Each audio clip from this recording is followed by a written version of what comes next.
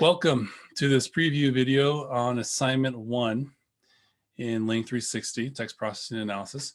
The purpose of this video is to give you an idea of how you might approach assignment 1. Okay, so let's read what it says. Here in the CMS, it says create a Python program that requests a singular noun from the user and prints to screen the console the plural form of that noun.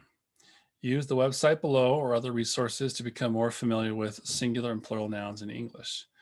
Do the best you can to account for as many of the irregular plural forms as you can, but don't worry about getting every last irregular form. Turn to the CMS your PY file named with your last name and assignment number, for example, brown_01py.py. Okay, so the purpose of this assignment is to put together some of the things that we have looked at in weeks 1 and 2 of this semester, this course, such as if-else statements, which we saw in lesson 2.2, also string slicing that we saw in lesson 2.3, where you pull out only a part of a larger string. So for example, you need to pull out the last letter of a word given to you, or the last 2 letters, or if the last letter is Y, you look at the previous letter. So being able to pull out parts of strings is called string slicing, and you'll need that for this homework assignment. Also, another purpose is to just practice string concatenation with the plus sign, right, with 2 strings. Also using the OR logical operator. Right, we saw or and not in lesson 2.2. And also to put comments in your code, in your script. You need to have comments in all of your assignments, in the code of all of your assignments. Okay, so yeah, take some time getting to know how plurals are formed in English. I will point out right here, there's an optional part to this assignment which says modify your program so that it also converts plural nouns into singular nouns and prints to screen those singular nouns. I wouldn't worry about that unless you have experience with programming and this assignment seems pretty easy to you. I would go ahead and try to do this optional part of the assignment. And in general, if you have a lot of experience or some experience, I would encourage you to try and push yourself with these assignments and not just do the minimum. So I would encourage you to do that. But if you're new to programming, don't worry about that optional thing. Just focus on the main part of the homework. So let's take a minute here to look at this webpage that I found. Looks like a good webpage on how to form the plural of English nouns. There are quite a few ways to form irregular nouns in English. It points out to begin with that the regular nouns receive an S to form the plural. That's it, right? Pretty straightforward. Snake, snakes, window, windows, etc. But there are plenty of irregulars. So box has ES, boxes. Boys has an S, but lorries has IES. Potatoes has ES, sometimes just S. Knife, you have to change the F to a V, right? And then add an S at the end there. So take some time to look through how kind of the patterns of when you need to add ES or something else. So they point out that words that end in CH or X or S or Z or S-like sounds take an ES as their plural, on their plural, witches, boxes, gases, kisses, right? If you have a Y at the end of the noun, it depends on what the previous letter is. If it's a vowel, then you just slap on an S, boy, boys, way, ways. But if the previous letter before the word final Y is a consonant like baby, lorry, you have to change the Y to an I and add ES. So that's different depending on what comes before the Y. Okay, so that's when you need to look at the previous from last letter, the second from last letter, if the last letter is Y. And some nouns that end in O are pluralized with an ES, like potatoes, heroes. Like I mentioned, you can, I see all the time, just S on potatoes, but a lot of words that end in O take ES, right? Torpedoes, vetoes. Other words that end in O don't. They just take an S, right? Anyway, so they go through, here's some things like knife and knives, right? Leaf, leaves, life, lives, elf, elves, right? You have to change the F to a V and add an S on the end, or an ES, depending on if there's already an E at the end, right? Life has an E at the end, but elf does not. Some plurals don't change from the singular forms. Fish, fish, sheep, sheep, barracks, barracks. Some plurals are formed by changing the vowel in the root of the singular noun. Foot, feet, tooth, teeth, goose, geese. Man, men, right? Woman, woman. Some are just totally different, like person, people. Just not totally different, but very different, different. Mouse, mice.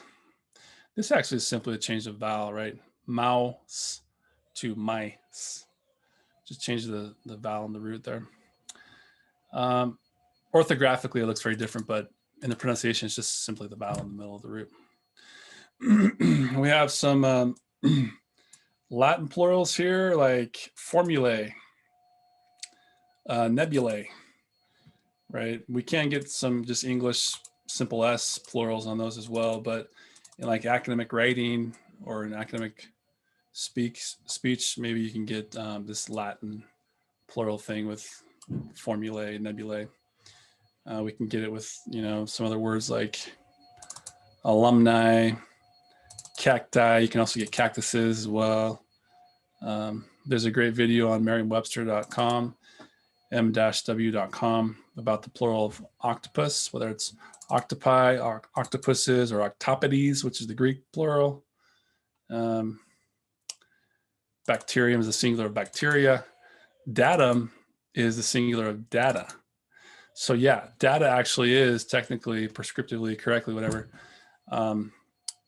plural. And in academic formal writing, you'll see it used as a plural. Like the data are interesting in that they show this phenomenon. So take some time. Yeah, symposium, symposia. This is a Greek plural. Aquarium. There are 2 aquaria in San Jose, California. So take some time to familiarize yourself with how to form plurals in English with this website or another one like it. Now, like I said, I'll just jump back to the assignment right now. Do your best to account for as many of the irregular plurals as you can, but don't worry about getting every last irregular form. The purpose of this assignment is not to test your knowledge on plurals in English. It's to test your knowledge on if-else statements, string slicing, string concatenation, logical operators, or especially, you probably need or a lot, and comments in your code. So that's the purpose of it. So here's just like a skeleton of something you could start with if you're not sure how to even start this, right? First, on line 2, you'll just get some input from the user with our input function, which we've seen a lot. I would push everything to lowercase so that you can use lowercases down here when you're testing what the string has in it. You could push it to uppercase and then test for uppercase strings here, right? And then you're going to have a big block of if, elifs, and else. So the very first line will be an if statement, and then you have a conditional statement, right? A conditional test, and if that evaluates to true, then you do something. Then you'll have a lot of elifs. You'll probably have the majority of this block will be elifs. So if that evaluates to false, then come down here and evaluate this. And if that evaluates to true, do print mice. But if that if it's not mouse, then come down here to line 10 and try this conditional statement. Anyway, so you'll have a bunch of elifs right in the middle of this big long chunk of code. At the very end of all of that, you'll have one else statement where you just slap on a S on the right side of the word. And that'll be your regular words. All All other words that aren't one of these exceptions above, you'll just put an S on the right side of it and give it back to the user.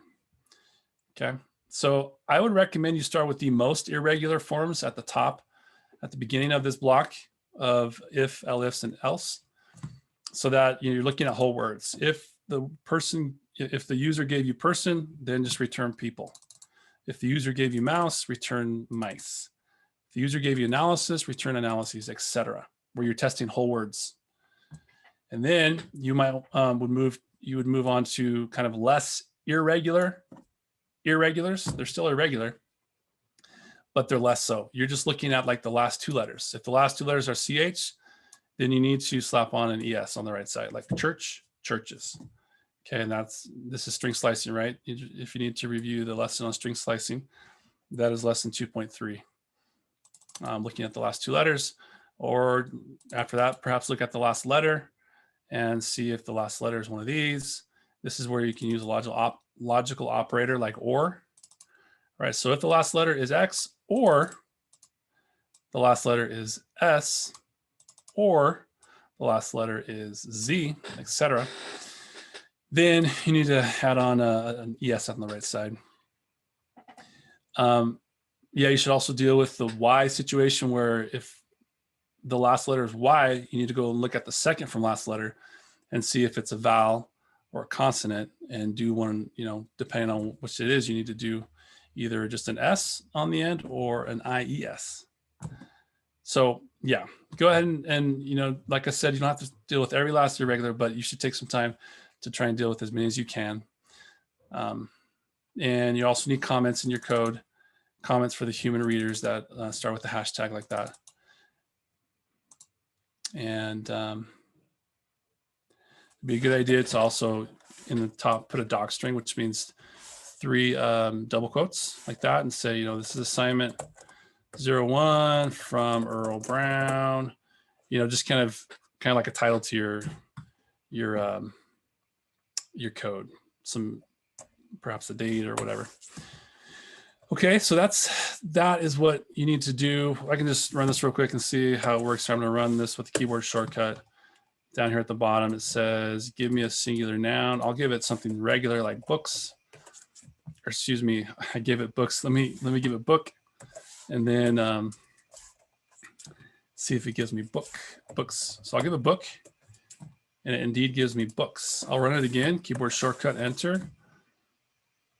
And I'm going to give it church this time. Yep, gave me churches. How about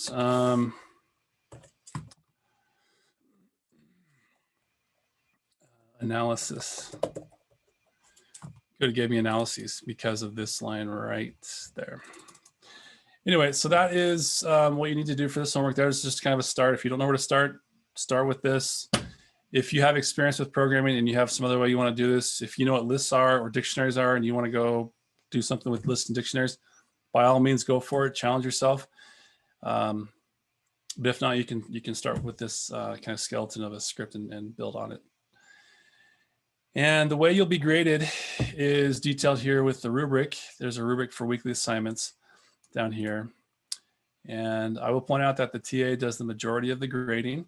We meet and I show the TA what I expect, kind of from this assignment. We grade together a handful of assignments, and then the TA goes off and does the rest of the grading. So if you have a question or complaint about the grading, talk to me, contact me. Don't contact the TA about any questions about the grading. There are 10 points possible in the homework assignments, and 6 of the 10 points come from task completion. Simply making the script accomplish the assigned task without airing out, without the human rater changing anything in the script, other than, if needed, pathways to directories, which is not the case here. If asked for in the instructions interpretation, there's no interpretation I asked for in this assignment, and there are no additional files you have to submit with this assignment. In later assignments, you'll have to interpret what you find. You have to submit some files that are created by your script, but for this first one, it's pretty simple. You don't have to do any of these other things. We're simply going to see if the script works. 2 of the 10 points come from conciseness of the code. While not necessarily the most concise way to accomplish the task, the script is reasonably concise, and the student applies the principle of do not or don't repeat yourself. So for example, here, going back to the code real quick, with these OR logical operators, this makes the code more concise because I only have to write this line 24 once for all three of these conditions, right? If the last letter is X, or the last letter is S, or the last letter is Z, then slap on an ES on the right side. Now I could have expanded these out into three separate elif statements, each with its own print statement. That would be more verbose. That would be more code to write. And so that wouldn't be as concise as it could be, as it is now with the OR statements. So that's what I'm talking about concision, conciseness, is you want to make code as concise as possible, to a reason, to an extent. You don't have to go crazy with making it absolutely concise as it can be, but with, you know, in this case, you want to use OR for some things that should be handled the same way. And then 2 of 10 points, the last 2 of 10 points come from comments for the human readers. The script has comments that help the human readers to understand the purpose of the various parts of the script. 10 points total. So as you can see, I put some comments here. Stuff like this, you just need to help the humans looking at your code quickly know what blocks are doing. And it's a good idea to have a little doc string at the top. Doc string means comments between triple double quotes like this. 3 double quotes, and then this is all comment, and then to end that comment code or that comment block, another set of 3 double quotes. Okay, so that is how I would approach this assignment, assignment 1 for text processing analysis. As always, if you have questions and you get stuck, please contact me or come into my office hours or go into the office hours of the TA. We are happy to help. I do not want you to get frustrated and break down and cry. That may happen, but please come contact me if you need help. Okay. Best of luck.